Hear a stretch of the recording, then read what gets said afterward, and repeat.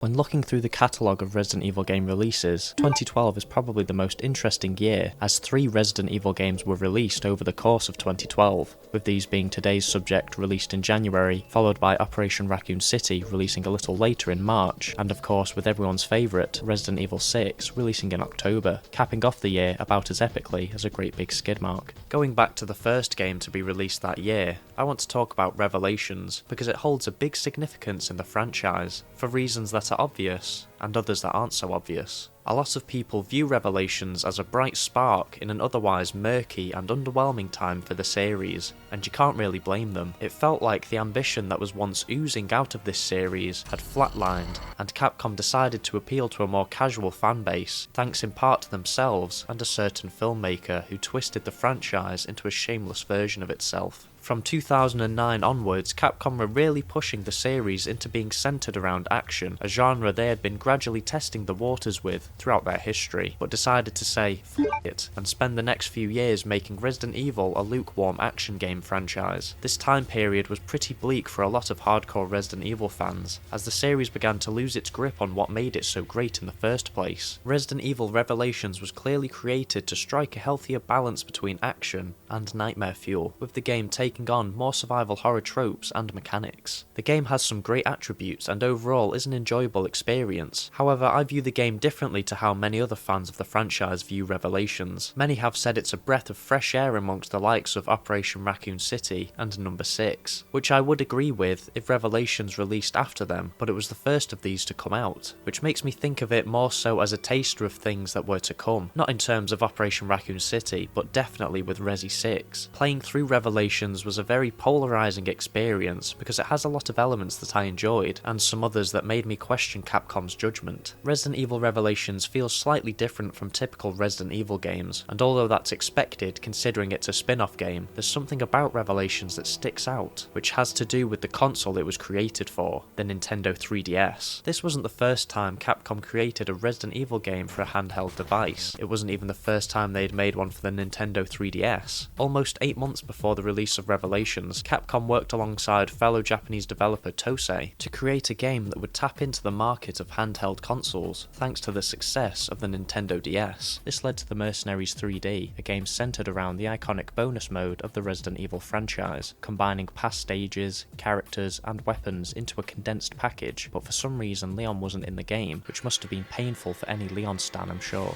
Revelations was made simultaneously alongside Mercenaries 3D, and whereas that game only focused on the popular bonus mode, Capcom wanted Revelations to be more focused on traditional Resident Evil gameplay. Unlike Mercenaries, Revelations has a full-fledged story depicting events that happened before Resident Evil 5 and shows how the BSAA became the leading power in eradicating bioweapons. It acts almost like a detective mystery as you play as multiple different characters trying to uncover the secrets behind the fall of Terra Grigia, a self-sufficient city that was destroyed by Veltro, a generic group of baddies that dropped a boatload of hunters onto it, causing the FBC to unleash the Hammer of Dawn, destroying both the bioweapons and the city itself. Damn, living in a city in this universe must be pretty nerve-wracking. As well as this general premise, it also expands the world of Resident Evil by introducing tons of new characters that range from being likeable to outright unbearable, and some of the most convoluted storytelling the franchise has ever seen. Unlike Mercenaries 3D, that solely released on the Nintendo 3DS, Revelations released across other platforms like the PlayStation 3, Xbox 360, and PC, which was an excellent choice as it meant the potential sales increased for the game, and ultimately meant I didn't have to buy a 3DS to review it. When playing the game, you kind of get the feeling that it was made for a less powerful console, because the graphics aren't too great despite being made 3 years after Resident Evil 5, which looks a lot better. But I'm not a shallow person, I dig deeper than surface level graphics. Everyone knows that with these games, it's all about the gameplay. Despite being a spin-off game in the series, and being relatively short in length, the game has a surprising amount of variety in its gameplay. It feels very reminiscent of Resident Evil 5, which isn't a coincidence as it was designed by Koshi Nakanishi, who previously worked on Resident Evil 5, and eventually revived the series with Resident Evil 7. However, whereas 5 was clearly an action game, Revelations feels a little more subdued with how much action is in it. Notice I say little because there is still plenty of over-the-top action sequences. That being said, it surprisingly feels very reminiscent of the classic games in the series too, due to elements like puzzle solving and the often creepy atmosphere. It has your basic gameplay features like finding ammo,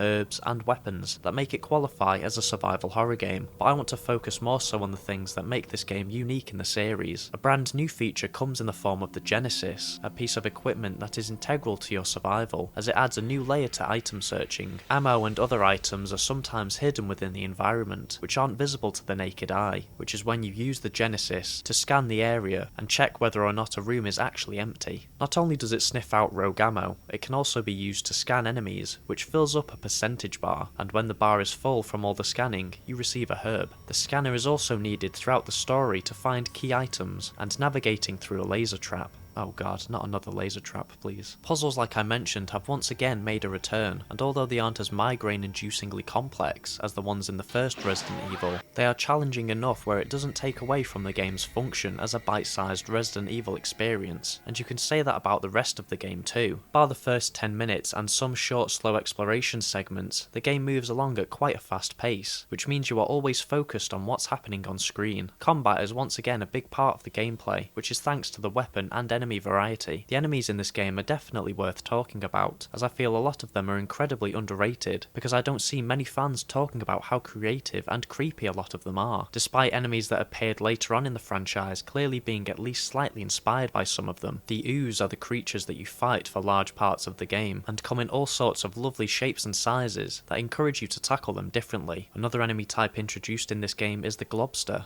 best name for an enemy ever, that have the appearance of an old jar of mayonnaise that's been wished to life by a crackhead. Given the fact that the game mostly takes place at sea, many of the enemies are mutated aquatic life. While some of the designs for these creatures are a little goofy, they add necessary difficulty to the game, as many of them deal lots of damage. Some familiar faces have also returned to the roster, like dogs and hunters. In fact, this game managed to make both of these enemy types not scary because of how many of them you actually fight. These guys were so hard to kill in the Resident Evil remake, and now look at them. Half a magazine from a machine gun and they disintegrate. Luckily, the game has a surprising amount of baddies that are actually scary. The Skagdead are huge infected that look like something straight out of a body horror film, as the host has become almost like a tumour on top of a much larger body. This is pretty scary on its own, but the constant groans and pleas from the creature put you in a state of guilt and fear. My other favourite enemy in the game has to be Rachel. Rachel was a normal human investigating the ship Jill was on, and after succumbing to the virus, transforms into a unique enemy type. She is unlike any of the other ooze creatures, as she retains some of her human characteristics, like the ability to laugh menacingly,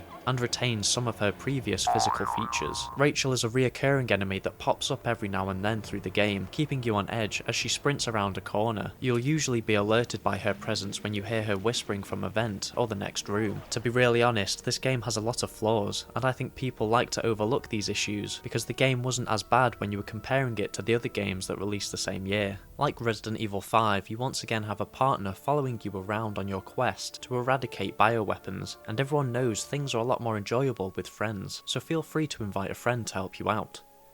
Oh wait, the campaign isn't co-op. Why the campaign itself isn't co-op is baffling, considering the similarities between this game and Resident Evil 5. Revelations was honestly perfect for co-op. I don't even know why they bothered giving you an AI partner besides story reasons, because they are completely useless and do about as much damage shooting enemies as someone would do when hitting you with a wet bit of cardboard. Now I want to talk about what I alluded to before about Revelations foreshadowing elements of gameplay that would be present in Resident Evil 6. I always thought that item management, although frustrating at times, was necessary to the Resident Evil experience, as it meant you had to think carefully about what items you take with you, striking a balance between herbs, weapons, and key items. Of course, as the games went on, this was made more lenient, with the likes of Resident Evil 4 letting you get experimental with the items you wanted to take with you. Of course, the feature was then changed for Resident Evil 5, and then Revelations completely streamlined it, sucking all the fun and creativity out of being able to choose what your inventory consisted of, as you were now restricted to 3 guns and 5 herbs at any one time. The game tries to sidestep this issue by letting you find weapon parts that you can use to upgrade your weapons, which adds a little more depth to the stale inventory system, but the perks don't feel like they do a whole lot. A strange implementation to the game is that the chapters are condensed into episodes, which was done because Capcom wanted to make it suitable for playing on a handheld console. I don't know what that means. Can people who play on a DS not handle a continuous narrative? It feels so pointless for a game to be separated into episodes like this, especially when a game is released in full. I guess the only reason the episode system benefits Revelations is that it allows the game to have a variety of different locations and characters. Oh god, I guess I should talk about the story. Picking on the story of a Resident Evil game is low-hanging fruit, we all know that. However, I feel I have to talk about Revelation's story, because it's one of the most bizarre and convoluted narratives in the series. The writing in this one is really bizarre as well, even for a Resident Evil game. My only hope is that it has a high-powered CPU.